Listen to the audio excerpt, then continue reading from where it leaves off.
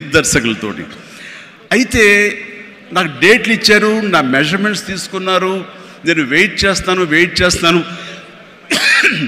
కానీ నా పేరు లేకుండా మరొకరి పేరుతోటి ఆ అనౌన్స్మెంట్ అయ్యేసరికి ఎక్కడ డిసప్పాయింట్మెంట్ వచ్చింది.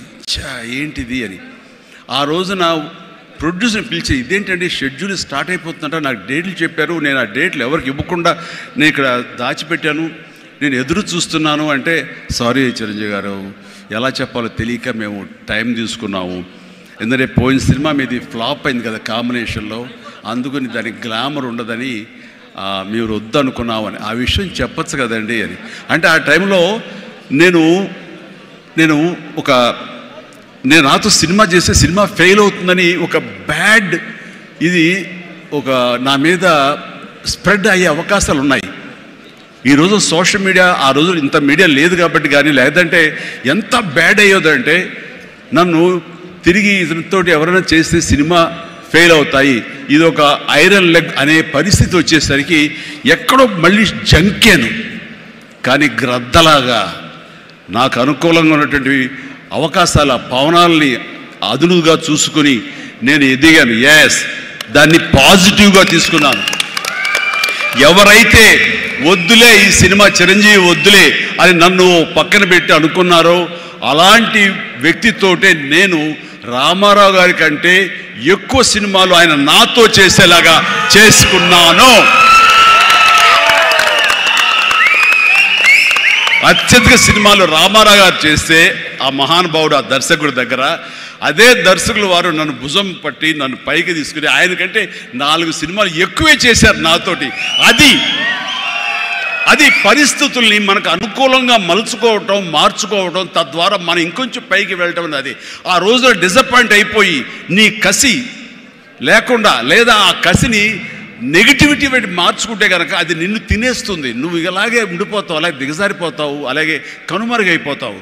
అలా కాదు, మనం ఎదురు తిరగాలి, పరిస్థితులు మనం అనుకూలంగా మార్చుకోవాలి. అందునే గ్రద్ద ఫిలాసఫీ నాకు ఫిలాసఫీ. అండ్ ఎదిగాను, పైకి వెళ్తూ వచ్చాను. ఆయన దగ్గరే నా రికార్డులు ఉన్నాయి. అది నా ఫస్ట్ సినిమా ₹1 కోటి చూసిన సినిమా అదే. నా రెమ్యునరేషన్ కాదు సుమా, సినిమా బడ్జెట్ 75 లక్షలు వస్తే కనుక బ్రహ్మాండ బడ్జెట్, ఎంత రెవెన్యూ అనుకునేవాళ్ళు. ఫస్ట్ ₹1 కోటి. నా తోటి హీరోలు కూడా ₹1 కోటి తెలుగు సినిమా అనే లెవెల్కి వెళ్ళింది. అక్కడి నుంచి కోటి అనేది మామూలు అయిపోయింది. ఒక్కొక్క ఏరియాలోనే ₹1 కోటి, ఆ తర్వాత నా రెమ్యూనరేషన్ ₹1 కోటి పైబడి అలా అంచెంచుగా ఎదుగుతూ వచ్చారు. నేనేమంటానంటే, మీ బలం మీ పాజిటివ్ థింకింగ్, మీ బలం మీ కన్విక్షన్, మీ బలం మీ ధ్యేయం నుంచి పక్కదారి పట్టకపోవటం. మీరు ఎవరైనా సరే మీ ఎయిమ్ ఏంటి అనే దాన్ని మీరు ఫిక్స్ చేసుకోండి. ఆ ఎయిమ్ని వెళ్ళటం కోసంగా దారులు వెతుక్కోండి. అవకాశాలు ఇలాగ అబండెంట్గా ఉంటాయి. వాటిల్లో మనకు కావలసిన అవకాశాలు, మన ధ్యేయానికి లక్ష్యానికి దగ్గరగా ఉండే అవకాశాలు మనకి పాపపై కనపడుతుంటాయి.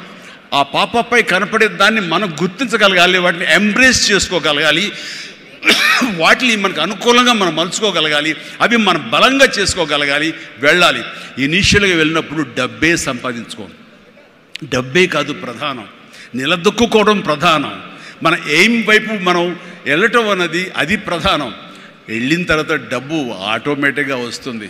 అనుకున్నావా ఇంత వస్తుందని, ఆ తర్వాత డబ్బునే పెంచుతుంది. సో నేను అలాగే వెళ్తూ వచ్చాను. నిలదొక్కుకోవాలి, ఇక్కడ నెంబర్ 1 అనిపించుకోవాలి, నా స్థానం సుస్థిరం. ఇది లేకపోతే నేను బయట నయా పైసాకి పని చేయను. ప్రైమ్ టైం నా లైఫ్లో అయిపోయింది కాబట్టి ఇక్కడ ఏమైనా సరే అని ఆ రకంగా వెళ్ళాడు. ఎక్కడ ఈగోకు వెళ్ళకుండా, ఎక్కడ హర్ట్ అవ్వకుండా, వాళ్ళు నన్ను సినిమాలను తీసేసరే, నన్ను కాదన్నారే అనే కోపం కంటే కూడాను వాళ్ళని ప్రసన్నం చేసుకోవాలి.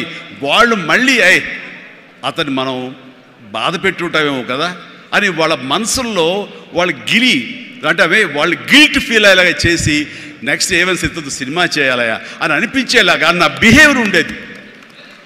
ఆ బిహేవియర్ తోటి వాళ్ళ ఆఫీస్కి వెళ్ళి కూర్చునేవాడిని.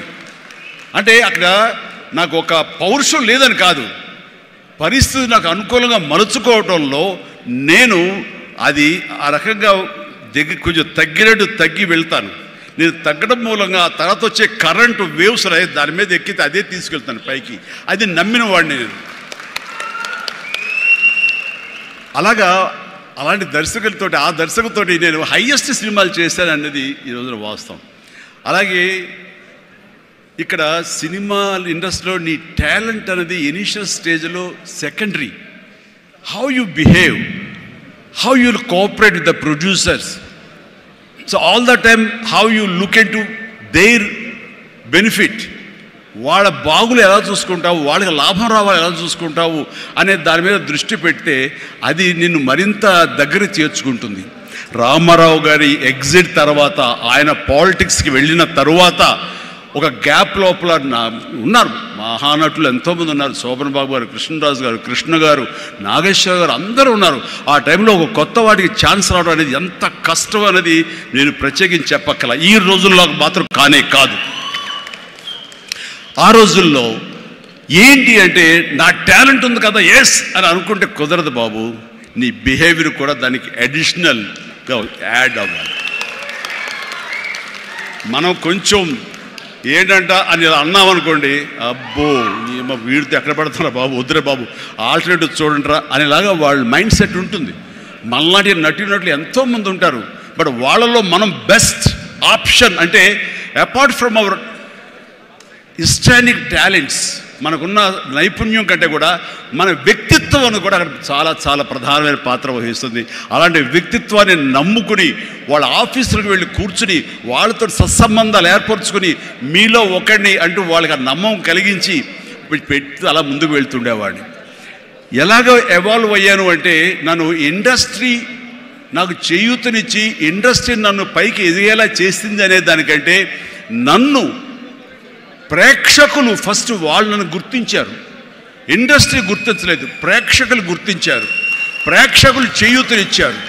అందుకనే ప్రేక్షకుల పట్ల నాకు ఎప్పుడూ కృతజ్ఞత ఉంటుంది. ఇది మీకు అర్థమయ్యేలాగా తేర్తలంగా చెప్పాలి అంటే రామారావు గారు ఎగ్జిట్ తర్వాత ఎవరు అంటలో ఇద్దరు ముగ్గురం పోటాపోటీగా నిలబడి ఉన్నప్పుడు లక్ష్మీ ఫిలిం డిస్ట్రిబ్యూటర్స్ అని విజయవాడలో ఉండేవాళ్ళు. అప్పట్లో ఇప్పట్లాగా బయింగ్ అలాంటివి లేవు. ఏరియాల వైజ్ కొనటం సినిమాలు లేవు, బయర్ సిస్టమ్ లేదు, ఓన్లీ డిస్ట్రిబ్యూషన్. అంటే డిస్ట్రిబ్యూటర్ అనేవాళ్ళు బెజవాడ నుంచి వచ్చి ఎవరెవరు ఏ సినిమాలు తీస్తారు, కథలు నచ్చితే కనుక ఆ కథకి ఇంత బడ్జెట్ ఇచ్చేవాళ్ళు. ఆ బడ్జెట్